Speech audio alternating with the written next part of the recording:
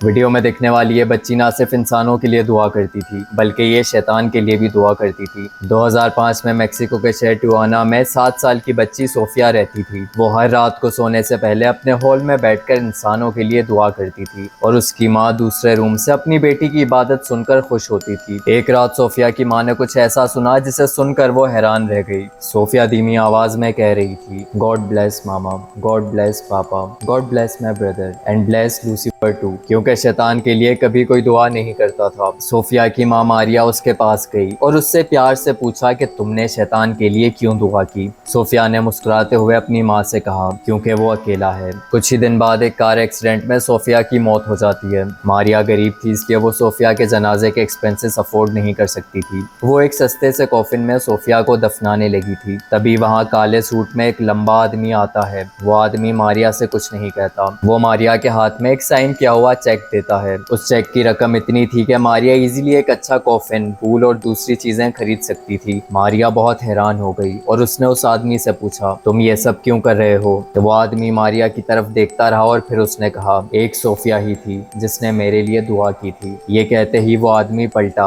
और कब्रिस्तान के गेट पर पहुंचते ही गायब हो गया। जब मारिया ने चेक देखा तो उस पर सिग्नेचर की जगह सिर्फ एल लिखा हुआ था। मारिया ने यह बात जब पादरी से शेयर की तो उसने इस टॉपिक पर बात करने से मना कर दिया। 2 ही दिन बाद उस कब्रिस्तान के फ्यूनरल डायरेक्टर्स कहीं चले गए। कहा जाता है कि आज भी सोफिया की कब्र के करीब कोई फूल नहीं उगता, लेकिन अक्सर आधी रात को वहाँ लोकल्स को सोफिया की कब्र के पास काले सूट में एक आदमी बैठा हुआ दिखता है जो धीमी आवाज में कुछ बोल रहा होता है। आपको क्या लगता है कि वो ब्लैक सूट वाला आदमी कौन होगा? मुझे कमेंट्स में बताएं।